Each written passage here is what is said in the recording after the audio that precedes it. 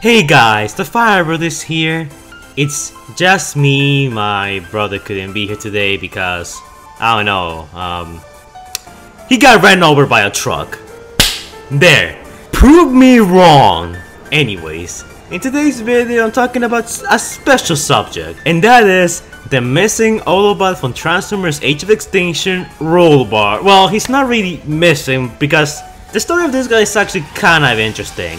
And the reason why I chose to do this video is not because my Pacific Rim video didn't do that well. It's doing okay. I mean, you guys showed a decent amount of support for that. So I might do some more in the future, but it hasn't been enough to convince me.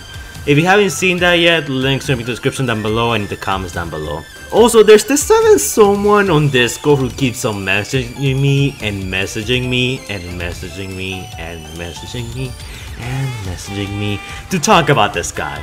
So you get your wish, as long as it gets you to stop messaging me so often. But anyways, I digress.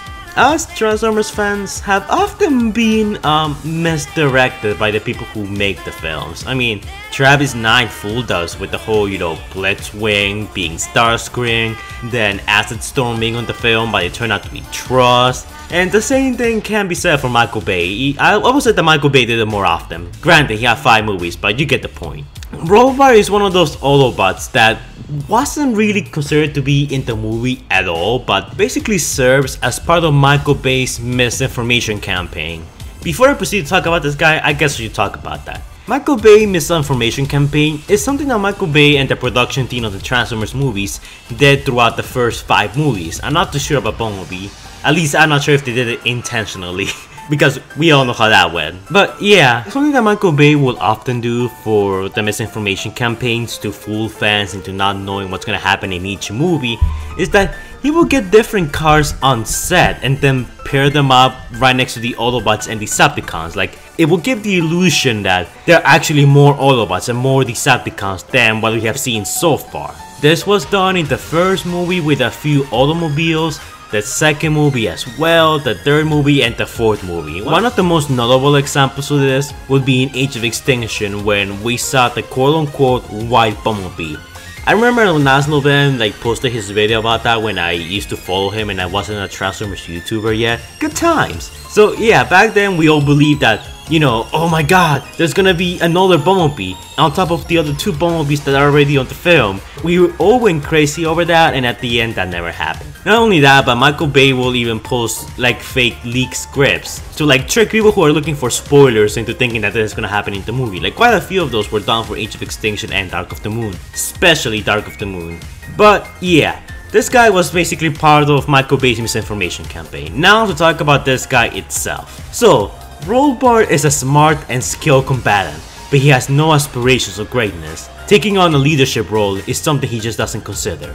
He's perfectly happy to keep following orders and do a good job. At least that's what the TF Wiki tells me.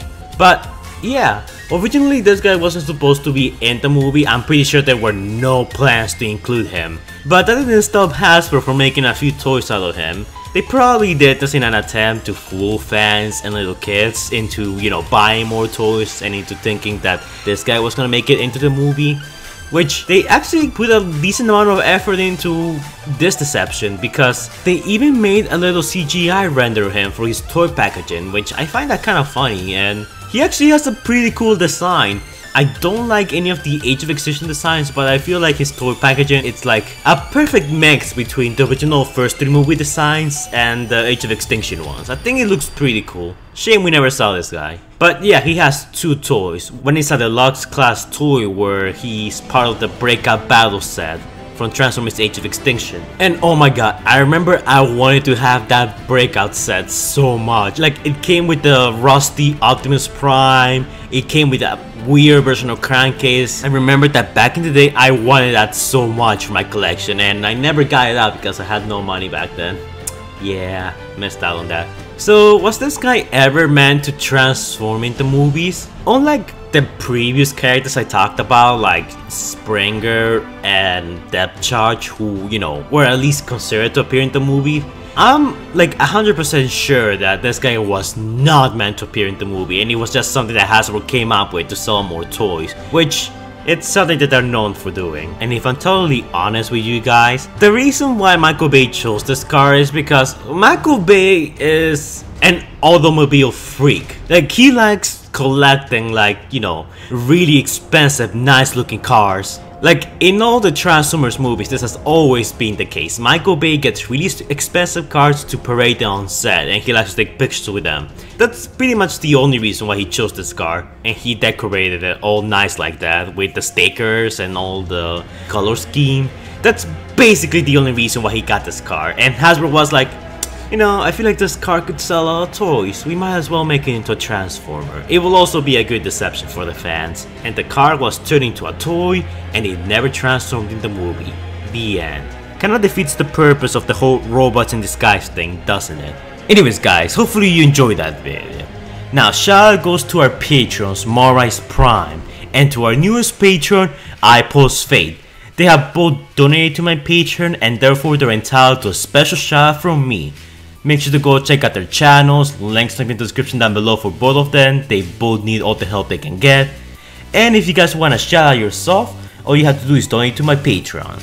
If you donate to my Patreon, you can get a shout out to your channel, you can request your own videos, you can collab with me in some of my videos, and stuff like that. There's plenty more rewards, and I'm thinking of adding a few more extras as time goes on.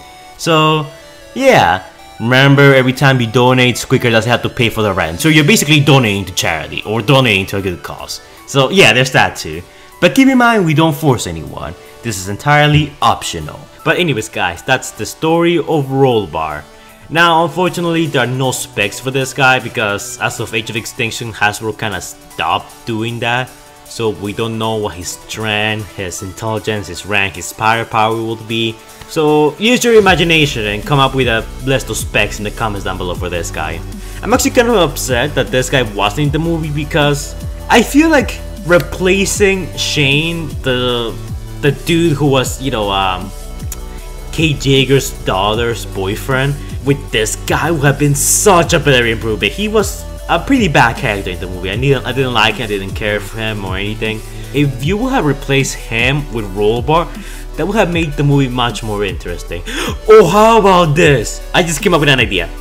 How about instead of, you know, the boyfriend coming to save, you know, Kate Jaeger and his family, how about instead you had the daughter like befriend this Autobot behind her father's back, and you know, as a coincidence, Optimus Prime appears, and then the Autobot kind of just hangs around the family a little closer. That would explain why the car appeared just as the cemetery wind soldiers were raiding the farm. That's a much better idea. Not only would you have another Autobot in the cast, which is something that the fans want, and not just another pointless human character, but it would also add a nice dynamic between the father and the daughter, and the family's relationship with the Autobots after, you know, they get rescued by Optimus.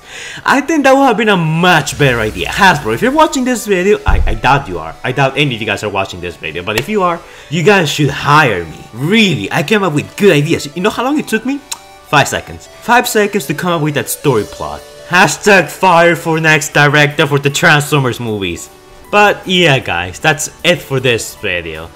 I'm sorry there wasn't much to talk about, because Rollbar is one of those characters in which there's not that much to talk about in the first place. Like, it's pretty self-explanatory. He was a deception, Hasbro turned him into a Transformer, and he was never meant to be in the movie. Like, that's the summarized short version of it. And I really wish there was a bit more on this guy, because it's such a waste of a pretty good looking vehicle mode. If you told me this vehicle got wasted, the true victim in all of this is the vehicle. So yeah guys, like, comment, and subscribe, and I will see you guys in the next video. Stay safe guys. Also press F to pay respects. You deserve better, car. You deserve better.